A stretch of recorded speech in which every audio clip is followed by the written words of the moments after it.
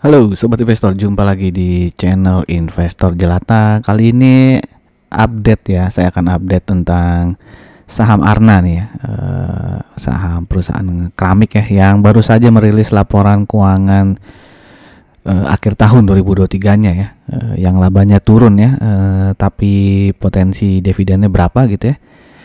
Yang pasti masih di atas bunga deposito nih, jadi masih cukup menarik ya menurut saya, nanti kita bahas ya. Oke, di mana Arna ini udah pernah saya bahas ya, sebulan yang lalu kalau nggak salah ya. Di mana di sini judulnya Arna agresif menambah pabrik baru. Apakah akan bagi dividen jumbo di bulan Maret ya, karena dia sering bagi dividennya di bulan Maret ya secara historis.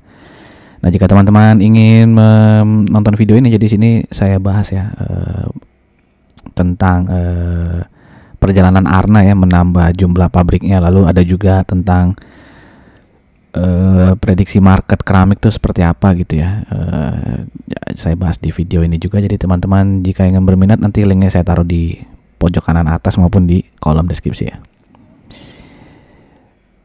Oke, sekilas ya, mungkin teman-teman sudah banyak yang tahu, tapi mungkinnya ada yang belum tahu ya, Arna itu perusahaan apa ya. Jadi ini Arwana Keramik ya, didirikan tahun 93, bidang usahanya industri keramik ya, dan dia IPO di tahun 2001 ya.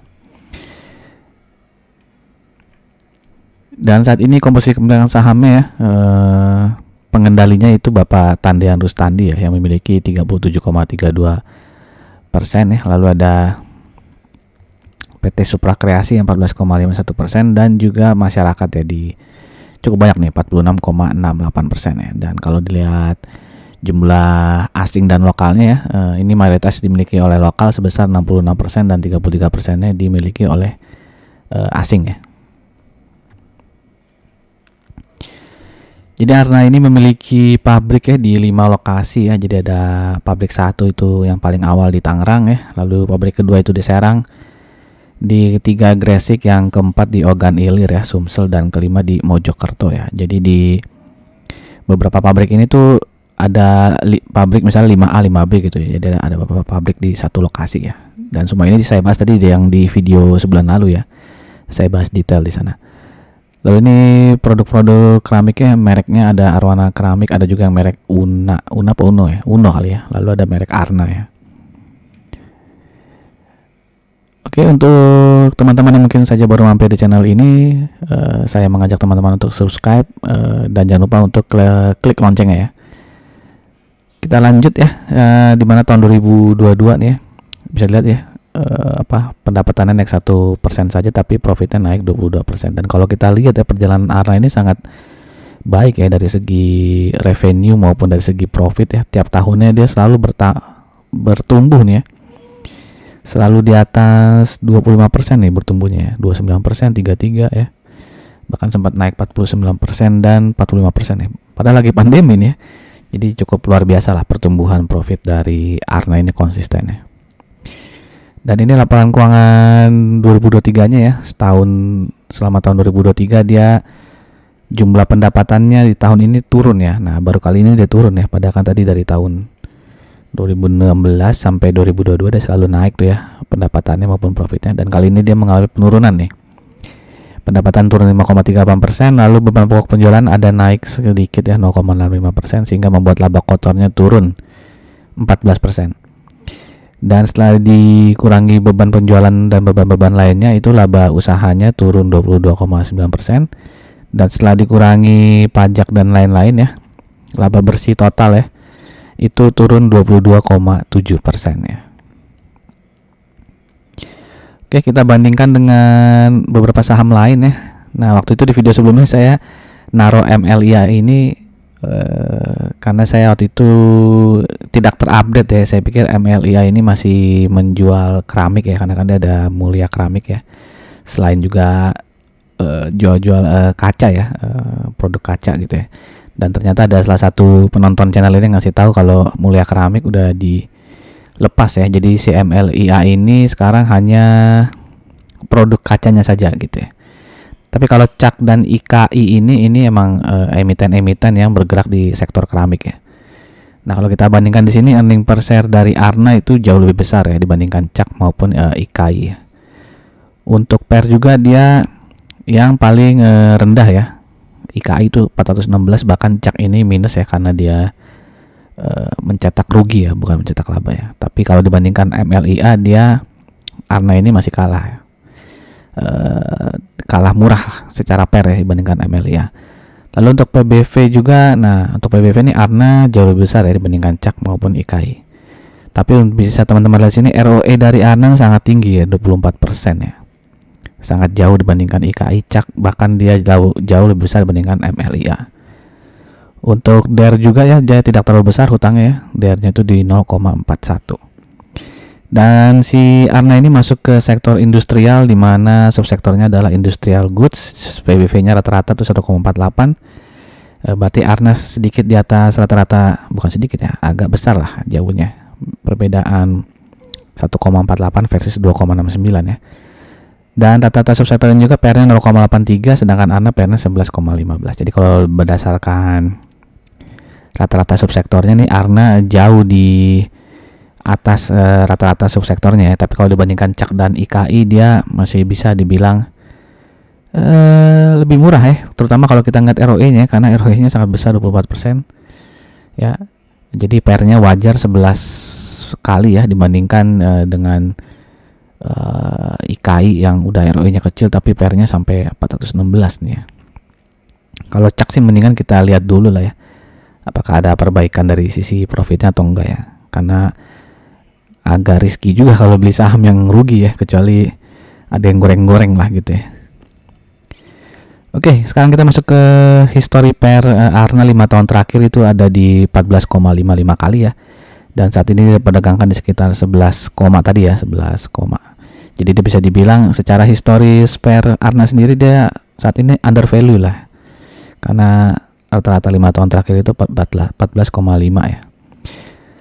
Sedangkan untuk PBV, rata-rata PBV Arna 5 tahun terakhir itu di 3,8 ya, dan saat ini dia perdagangkan di sekitar 2,7-an, sehingga ini juga secara PBV dia bisa dibilang sedang murah ya, under value ya, dibandingkan histori 5 tahun terakhir ya. Dan ini chart dari Arna ya, bisa dilihat di sini waktu itu ada support ya. Support cukup kuat karena udah dites 2-3 kali di sini ya, tapi akhirnya jebol juga ya 685 ini, sehingga dia turun sampai ke support berikutnya ya di 625 ya. Tapi kayaknya belum nyentuh 625 ya, mungkin 630 di sini, terus dia naik lagi, turun naik lagi gitu ya.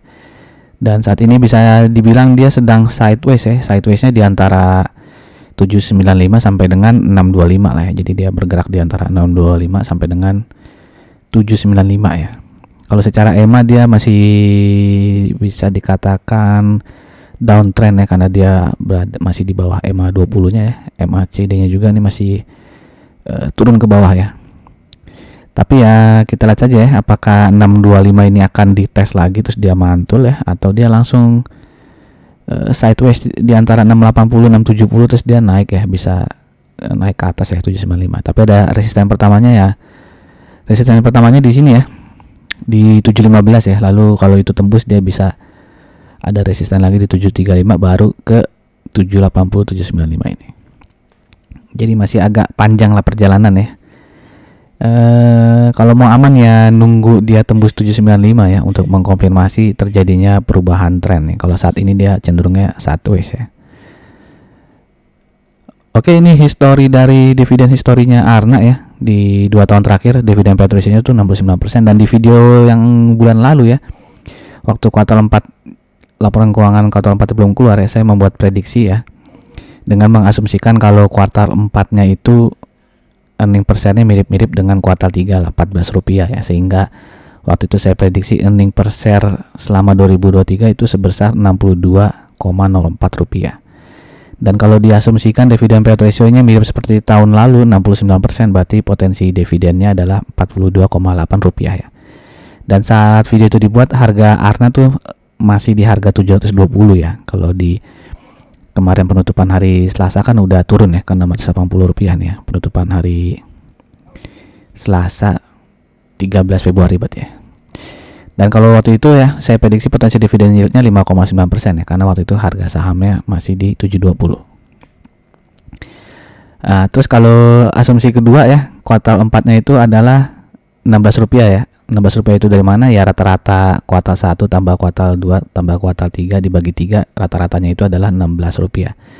Jadi diasumsikan rata-rata Rp16 di kuartal 4 kira-kira dapat Rp16, berarti total earning per share-nya selama tahun 2023 adalah 64,05. Kalau dividen payout ratio-nya sama 69%, maka waktu itu saya prediksikan dividennya adalah Rp44,19 alias potensi dividen yield-nya 6,09% ya, dengan asumsi waktu itu harga sahamnya di 7.20. Nah, sekarang kuartal 4-nya udah keluar ya, ternyata earning per share di kuartal 4 itu sedikit lebih rendah ya, bukan 14, apalagi bukan 16, tapi hanya Rp12,62 ya. Jadi ada penurunan nih dari kuartal 3 ke kuartal 4 ya, sehingga total earning per share selama tahun 2023 adalah Rp60,65 ya. Jadi kalau kita asumsikan dividen payout ratio-nya 69% ya, sama ya, itu berarti potensi dividennya adalah Rp41,85 ya. Jadi ada penurunan sedikit ya, karena kan waktu itu di video bulan lalu saya prediksinya 42,8 gitu. Ternyata 41,8. Ada selisih berapa nih? Rp1 lah kira-kira ya. Dan potensi dividen juga tapi menjadi lebih besar ya. Kalau yang kemarin kan prediksinya 5,9%, tapi sekarang 6,15% karena sekarang harga sahamnya lagi turun ya, di hanya Rp680 ya. Oke, jadi potensi dividen yield-nya masih cukup besar ya, 6,15 tuh lumayan lah kalau menurut saya ya. Mungkin ada penonton channel ini yang ya ngelihat 6% mungkin kecil ya. Ya kalau apalagi kalau dibandingkan dengan batu bara tahun lalu ya kelihatan kecil 6% ya. Tapi kalau saat ini sih menurut saya ya, kan kita bisa berbeda pendapat, 6,15 itu cukup besar lah dividen sebesar itu ya, karena jauh di atas bunga deposito ya. Oke, demikian saja informasi dari saya. Oh ya, ini bisa lihat ya historinya, kan dia biasa ya di 5 tahun terakhir bagi dividennya di bulan Maret ya. Jadi kira-kira sebentar lagi nih ya, mungkin akan ada pengumuman pembagian dividen ya. Oke, demikian saja informasi dari saya. Bagaimana menurut teman-teman? Apakah Arna ini cukup menarik ya dividennya, walaupun mungkin di tahun 2023 pendapatan maupun profitnya turun gitu ya. Tapi yang nggak tahu tahun 2024 bisa aja naik ya. Apalagi kalau IKN jadi tetap dibangun gitu ya, pasti akan kebutuhan market keramiknya akan lebih besar ya. Dan itu udah saya bahas juga ya di video yang bulan lalu itu ya. Ada pembahasan tentang forecast market demand dari keramik di Indonesia gitu ya. Itu saja informasi dari saya. Sekali lagi saya tunggu pendapat teman-teman mengenai saham Arna ini, apakah menarik atau tidak ya. Silakan tuliskan di kolom komen. Sampai jumpa lagi di video-video berikutnya. Salam jelata.